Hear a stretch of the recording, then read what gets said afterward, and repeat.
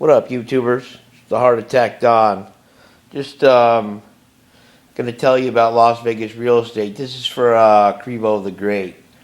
You know, I started real estate in about 1994, and this is how the real estate market crashed in Las Vegas. I started advising people to do some things that were unscrupulous.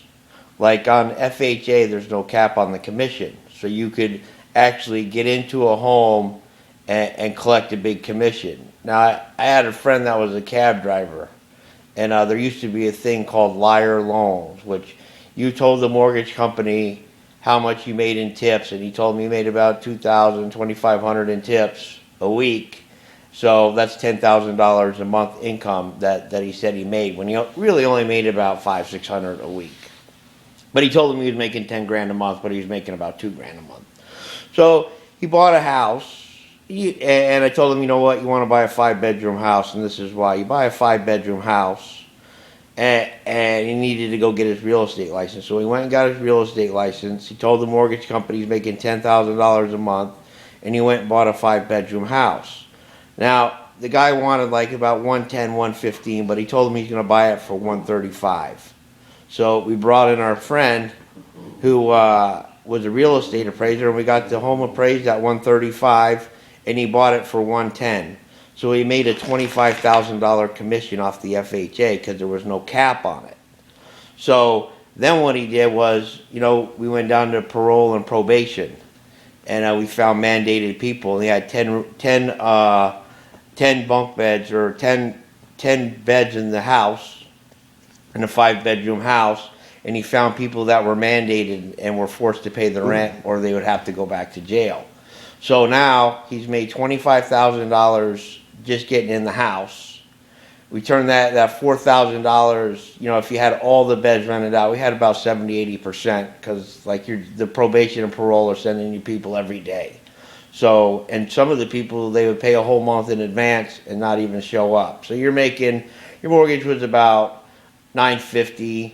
So we pay the power, buy some toilet paper. So to run the house would be about $1,500. So you could easily, with miscellaneous repairs and stuff, you could make about $2,000 a month generated income. Plus, you put $25,000 in your pocket when you bought the home.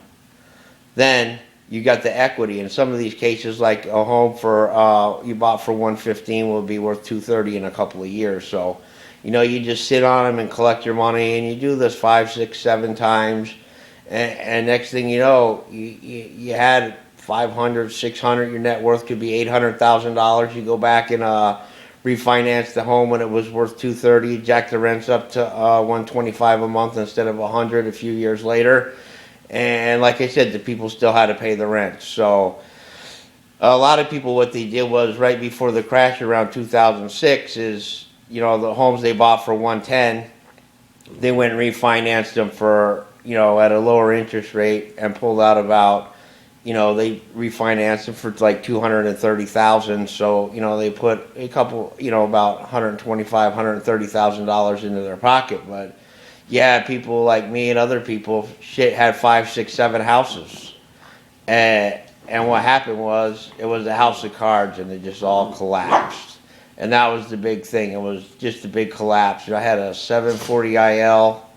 I had an S420 Mercedes. I had a big house on the golf course, and bang, I got in trouble with the IRS, and it was all over for me. So that's how I ended up where I'm at. But you know what? I'd rather do what I'm doing than go through all that stress. Now, instead of all of that, I don't have any more car payments or any more pressure.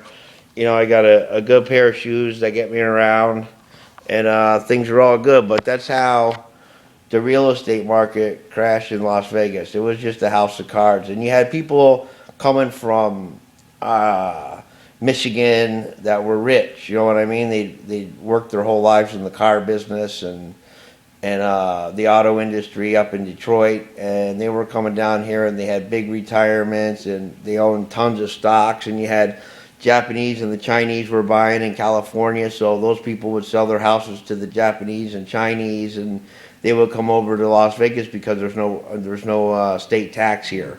So if you were a mailman making $40,000 retirement or $50,000 retirement, and you came here, you only had to pay, and you were paying 10% in county and state tax.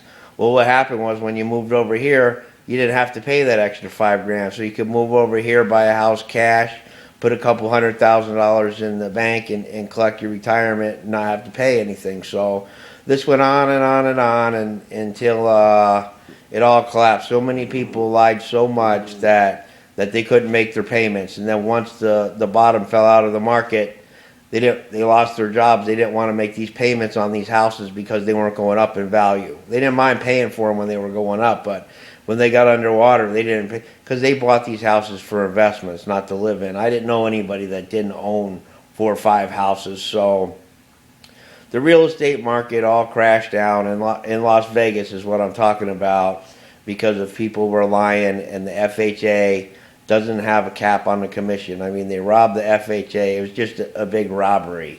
And George Bush, here he is, was asleep at the switch. You know what? He wants to blame Obama for these problems, but Obama wasn't the problem. It isn't the problem. It was George Bush was asleep at the switch. These people refinanced 6, 7 houses they pulled out $125,000 a house. A lot of them walked away with $700,000. They kept the house rented out for a couple of years while it was in foreclosure, collecting the people that didn't have halfway houses, but just the normal people collected a couple $1,000s a month. And after they put all that money in their pocket, then they never paid money on the pocket, because an equity loan is a loan, so you don't have to pay taxes on a loan. So the government really got fucked on that one, and George Bush really, really fell asleep and fucked up. And if he's not drinking, he should be. So stick with Obama, and they got to unwind all this bullshit. But I made this video for Crevo the Great because he was interested in asking me questions about real estate. So that's how it went down in Las Vegas. I don't know about your neck of the woods. The heart attack Don. Peace out.